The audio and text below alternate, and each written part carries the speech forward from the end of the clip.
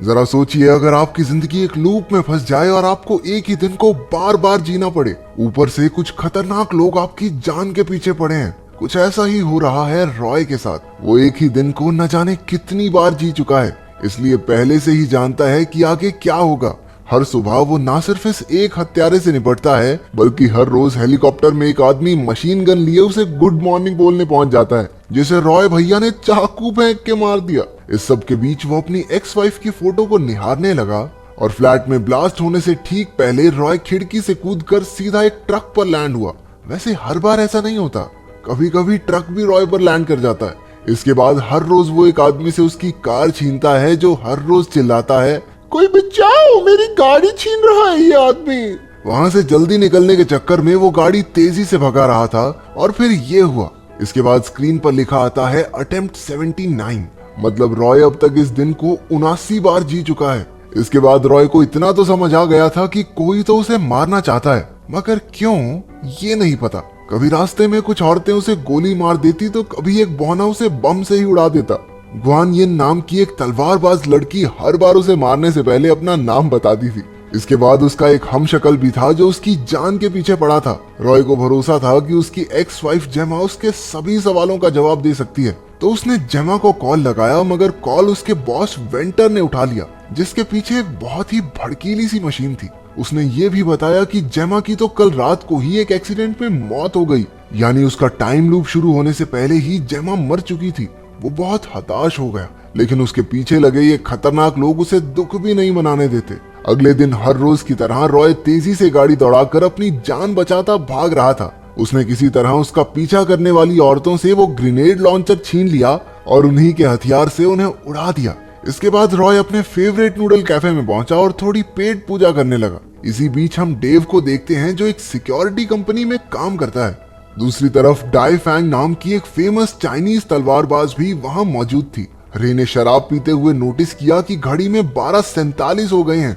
इतने में सभी लोग इकट्ठा होकर रॉय को मारने आ गए और उसे गोलियों से भून दिया। इसके बाद हमें रॉय के टाइम लूप में जाने से पहले का दिन दिखाया जाता है। वो अपनी एक्स वाइफ के ऑफिस में सिक्योरिटी डिपार्टमेंट ज्वाइन करने के लिए अपना रिज्यूम देने गया था। पता चलता है कि सिक्योरिटी की जरूरत ऑफिस वालों को नहीं, जेमा को है। जेमा ने अचानक से रॉय के सर से कुछ बाल काट लिए। उसका व्यवहार बड़ा अजीब सा लग रहा था। उसने रॉय से पूछा कि क्या उसे उसका भेजा हुआ जन्मदिन का तोहफा मिल गया था। जेमा ने रॉय के गले लगकर उसके कान में कहा कि वो ओसाइरिस वर्ड को याद रखे। तभी 3 गार्ड्स वहां आ पहुंचे और उन्होंने रॉय को बाहर भेज दिया। उसके जाने के बाद जेमा के बॉस वेंटर ने उसे धमकाते हुए कहा कि वो जिस चीज पर काम कर रहे हैं वो एक टॉप सीक्रेट प्रोजेक्ट है और वो अपने पुराने आशिकों को ऐसे ही अंदर नहीं बुला सकती। रात के तकरीबन 3 बजे रॉय एलिस नाम की एक लड़की, जो कि पेशे से एक डेंटिस्ट है, उसके साथ एक बार में बैठा था। एलिस के बाथरूम में जाने के बाद बारटेंडर ने बातों बातों में उससे कहा कि वो इस लड़की के साथ मौज मस्ती भले ही कर ले, लेकिन उसकी आंखों में प्यार किसी और के लिए है। इतने में उसे जेमा का फोन आया। वो रॉय के बालों के सैंपल के साथ कुछ कर रही थी।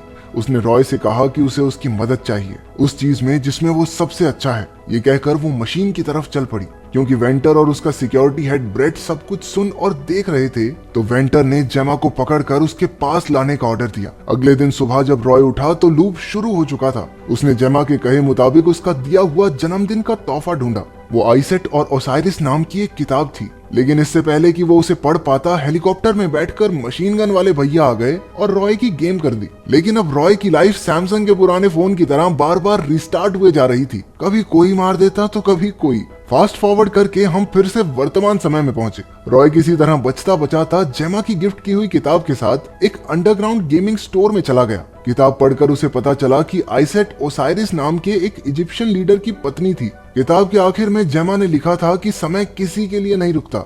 रॉय को इस किताब में कुछ भी काम का नहीं लगा। अचानक से उसकी नजर अपने बेटे जो पर पड़ी, लेकिन जो को ये नहीं मालूम था कि रॉय ही उसका बाप है। क्योंकि उसे अपने बेटे के साथ समय बिताकर अच्छा लग रहा था, तो उसने सोचा कि चलो इसे पिज्जा खिला के लाते हैं। वहां से बाहर निकलते ही रॉय ने नोटिस किया कि सामने घड़ी में 12:50 हो गए थे और ये पहली बार था कि रॉय इतनी देर तक जिंदा रहा। मगर तभी वहां गैंग की एंट्री हो गई और वो समझ गया कि वो ज्यादा देर तक जिंदा सिर्फ इसलिए रहा क्योंकि वो अंडरग्राउंड एरिया में था जहां उसे कोई ट्रैक नहीं कर पाया। रॉय ने अपने बेटे को गोलियों से बचाया और अपनी आखिरी सांसें भरते हुए कहा कि वो ही उसका असली पिता है। डर के साथ साथ उस आखिरी लम्हे में रॉय को अपने बेटे की आंखों में अपने लिए प्यार दिखा।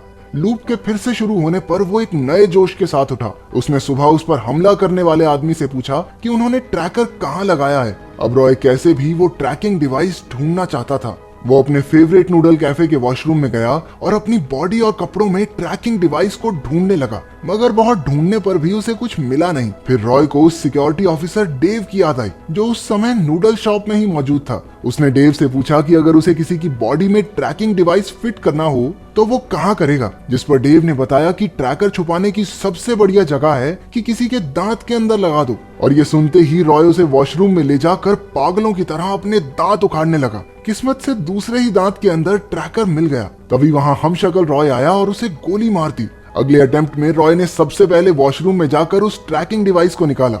उसने ट्रैकर की मदद से एक एक करके सभी गैंग मेंबर्स को ठिकाने लगा दिया। तभी उनमें से एक के मोबाइल पर ब्रेट का कॉल आया। रॉय के फोन उठाने पर ब्रेट ने उसे चैलेंज किया कि अपनी माँ का दूध पिया है तो आजा लैब में, आजा। अपना रॉय किसी से डरता थोड़ी है। वो भी सीधा लैब की ओर निकल गया, मगर पहले अटेम्प्ट में तो गाड़ी दीवार में ठोक के स्टार्टिंग में ही ब्रेट के हाथों मारा गया। मगर अगले अटेम्प्ट में गाड़ी उड़ाकर उसने लैब में सीधी एंट्री मारी। जब गार्ड्स गोलियां बरसाते हुए गाड़ी के पास गए तो पता चला कि ये तो रॉय का बिछाया हुआ एक जाल था। गार्ड्स के पास पहुंचते ही उसने गाड़ी में रखे एक्सप्लोसिव्स फोड़ दिए। उसने हमशक्ल रॉय को ठिकाने लगाकर उसका सिक्योरिटी बैज भी ले लिया। पहले तो उसका सिक्योरिटी बैज काम नहीं करता और बाद में जब उसने जुगाड़ से लिफ्ट खोल भी ली तो बाहर ब्रेट और उसके आदमी गश्त लगाए बैठे थे। तो उसने खुद को ही गोली मारकर दोबारा से ट्राई करने का फैसला किया। अपने अगले अटेम्प्ट में रॉय पहले से ही जानता था कि वो लोग लिफ्ट खुलने पर उसका इंतजार कर रहे होंगे, तो वो साइड से गया और सबको खत्म कर दिया। आगे चलकर उसका सामना ग्वान यिन से हुआ, जो कि बहुत खतरनाक तलवारबाज है, पर रॉय के पास तो बंदूक है। लेकिन जब उसने ट्रिगर दबाया तो पता चला कि बंदूक खाली थी। ओवर कॉन्फिडेंस के चक्कर में रॉय भैया मारे गए। रॉय ने बहुत बार उसे हराने की कोशिश की, लेकिन वो ग्वान यिन से नहीं जीत पाता और वो हर बार उसे एक ही बार में खत्म कर देती। एक अटेम्प्ट में वेंटर ने उसे जिंदा पकड़ लिया और मारने से पहले अपने टॉप सीक्रेट प्रोजेक्ट के बारे में बताने लगा। दरअसल जो मशीन हमने देखी थी उसका नाम है ओसाइरस स्पिंडल और उसमें ताकत है इतिहास को बदलने की। असलियत में जो भी उसके साथ हो रहा था उसकी वजह ये मशीन ही थी। जेमा ने बिना वेंटर को भनक लगे रॉय के बालों के इस्तेमाल से उसके डीएनए को मशीन में डाल दिया था। और ये बात साफ थी कि वेंटर को इस बात का कोई आइडिया नहीं था, क्योंकि फिर वो रॉय को ये सब क्यों ही बताता। रॉय ने जेमा की उसके जन्मदिन पर दी हुई किताब को फिर से पढ़ा और वो समझ गया कि जब तक उसका डीएनए मशीन में मौजूद है उसे कोई नहीं मार सकता। उसे ये भी समझ आया कि जेमा उस पर कितना भरोसा करती थी। वो जोश से भर उठा, मगर अभी भी उसके रास्ते में ग्वान यिन थी। अपने अगले अटेम्प्ट में वो उससे लड़ने की बजाय नूडल कैफे में जाकर लेजेंडरी चाइनीज तलवारबाज डाई फैंग से मिला। उसने डाई फैंग से उसे तलवारबाजी सिखाने के लिए कहा, लेकिन वो तो सिर्फ एक ही दिन के लिए वहां आई थी। रॉय फट से मान गया कि एक दिन बहुत है मेरे लिए। वो हर रोज डाई फैंग के पास जाता और उससे तलवारबाजी सिखाने की बात करता। धीरे धीरे वो बेहतर होता गया और अपने 174th अटेम्प्ट में वो एकदम तैयार हो गया। इसके बाद वो ग्वान यिन से लड़ने पहुंचा। उसने अपनी बंदूक जमीन पर रखी और पास की दीवार से एक तलवार उठा ली।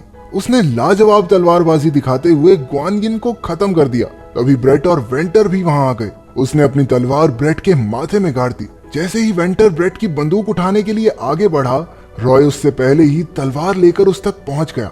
वेंटर को शक हुआ कि एक आदमी इतने सारे लोगों को कैसे मार सकता है। लगता है ये साउथ की फिल्में नहीं देखता। खैर वो समझ गया कि जेमा ने मशीन के इस्तेमाल से उसे समय के एक लूप में डाल दिया है। वेंटर ने रॉय को बताया कि जब वो यहाँ आकर उसके गुंडों से लड़ रहा था तो उसने उसके बेटे जो को मारने का बंदोबस्त कर दिया था। ये सुनते ही रॉय जल्दी से जो के पास पहुंचा, लेकिन वहां पहुंचकर उसे पता चला कि वो पहले ही मर चुका है। अपने बेटे की मौत देखने के बाद रॉय सारी उम्मीद खो चुका था। वो जानबूझकर हत्यारों को अपने आप को मारने देता, लेकिन एक दिन उसने सोचा बस बहुत हुआ। जब ये दिन बार बार चलना ही है तो क्यों ना उसे अपने बेटे के साथ बिताए। तो रॉय हर दिन जो के साथ गेम्स खेलते हुए बिताने लगा और शाम को जब वो दोनों एक बेंच पर बैठे होते तो सब खत्म हो जाता।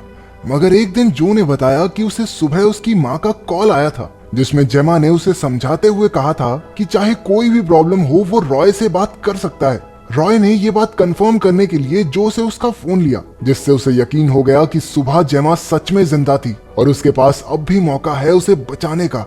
रॉय अगले अटेम्प्ट में जल्दी से जल्दी वेंटर और ब्रेट को मारकर कैमरा रूम में गया। उसने देखा कि सुबह जब वो उठता है तो उसके 15 मिनट बाद तक जेमा जिंदा थी। ये देखकर वो बहुत खुश हुआ और उसने खुद को गोली मार दी ताकि वो जल्दी से लूप रीसेट करके उसे बचा सके। अगली सुबह उठकर रॉय ने सीधा हेलीकॉप्टर पर ही छलांग लगा दी। उसने मिनी गन वाले गुंडे को मार दिया और पायलट को बंदी बनाकर हेलीकॉप्टर में ही लैब की तरफ निकल पड़ा। उसने सभी गुंडों को रॉकी भाई के स्टाइल में हेलीकॉप्टर की मशीन गन से उड़ा दिया। वो जल्दी से उस जगह पहुंच गया जहां जेमा मरने वाली थी।